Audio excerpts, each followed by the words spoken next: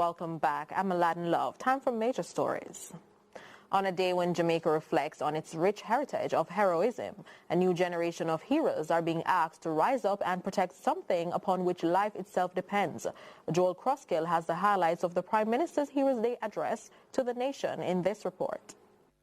Prime Minister Andrew Holness placed the environment at the center of his traditional Heroes Day address. On this Heroes Day, become a hero for your environment. Let us be able to truly say we did our best to preserve it for generations to come. The Prime Minister enmeshed Jamaica's natural heritage with its biodiversity and ecosystems as an important part of the nation's material heritage. We readily understand the value of our natural heritage when we are complimented on the beauty of our island, our white sand beaches, and welcoming warm weather.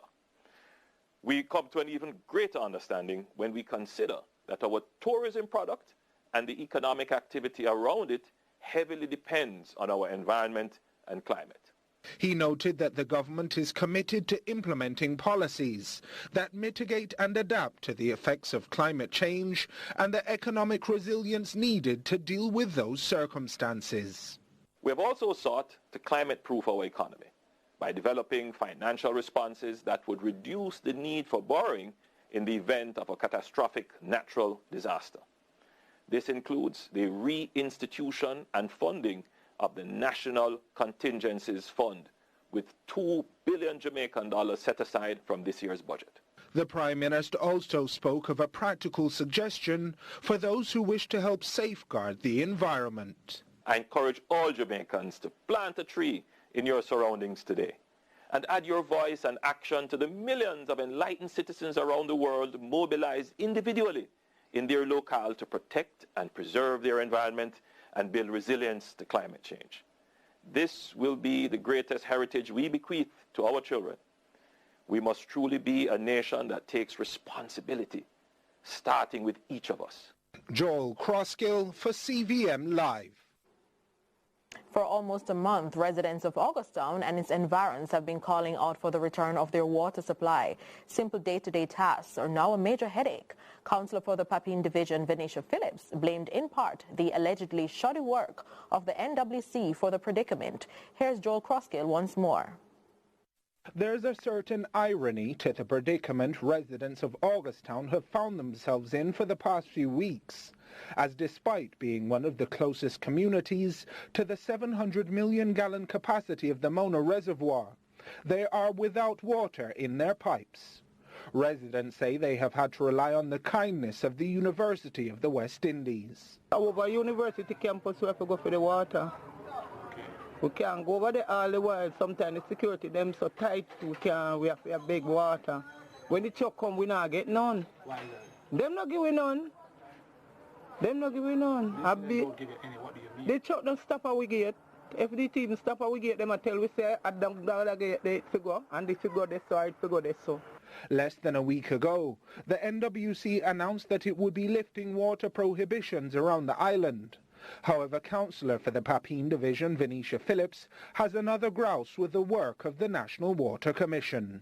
The NWC visited the community and dug up sections of the community and laid pipes. I want to raise the issue that those were even substandard pipes that were laid, because at the first drop of topsoil when the rain dug up the road, a couple of those actually burst. Councillor Phillips says that previously the roads were not a problem, but now they are, due to the incomplete work of the NWC. They are creating more problems to solve another problem, because now, when it rains in this community, the community is almost being cut in two, and you can see it here, residents right now are filling out the gaps in the road to prevent it from opening up. Joel Croskill for CVM Live. More than 100 persons received national honors at the annual Heroes Day Awards 2019.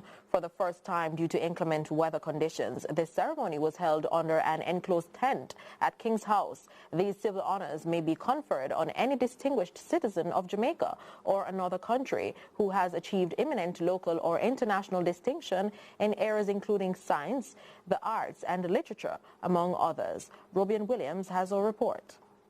The ceremony saw the appointment of 5 persons being conferred with the Order of Jamaica, OJ. Among them is the son of Jamaica's first national hero, Dr. Julius Winston Garvey, for his distinguished contribution to universal civil activism and promotion of entrepreneurship and legacy of Garveyism and Pan-Africanism. We carry Jamaica.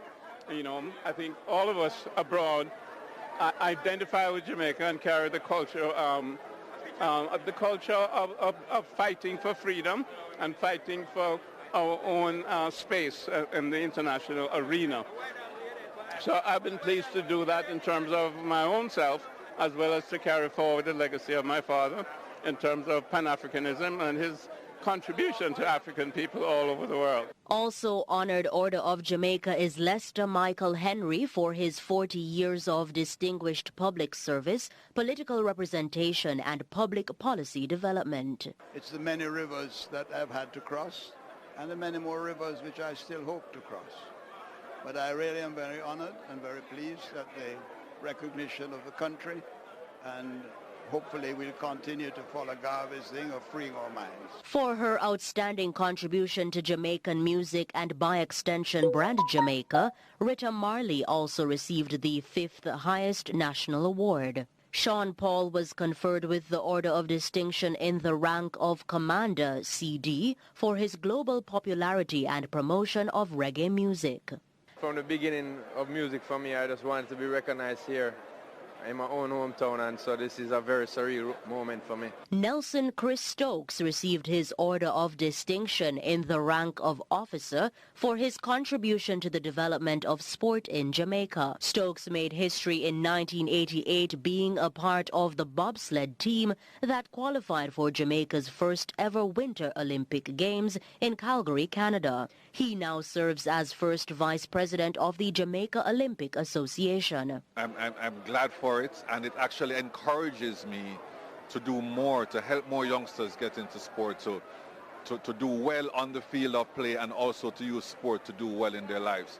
For his outstanding contribution to banking, telecommunications, and sports marketing, Chris Derring received the Order of Distinction in the rank of Commander. And just hope, that we all get inspired by our heroes, and hopefully if I can inspire even one small child in Jamaica, I'd have done my work. The ceremony was presided over by Governor General Sir Patrick Allen and was in commemoration of National Heroes Day.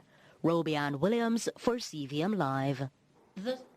Thanks, Robian. Last week, the Ministry of Education, Youth and Information awarded a number of teachers for the outstanding contribution to the education system. The ceremony was put on by the Jamaica Teaching Council under the theme Celebrating Excellence in the Teaching Profession. Here's Christine Forbes with the details. Permanent Secretary in the Ministry of Education, Grace McLean, salutes the awardees while stating that teaching goes beyond imparting knowledge to students. Over the years, the great joy we get as educators in seeing when our students make good of the opportunities that would have been provided for them. Colleagues, your work and sacrifice have enabled many students who might have otherwise given up on themselves to catch a vision of what they could achieve and to apply themselves to accomplish their goals. McLean says the education system is seeing a commendable increase in the numeracy and literacy levels. We are seeing where mathematics, let's say numeracy, are moving away from at least 49% in 2008, and we are now at 74% at grade 4 literacy, numeracy.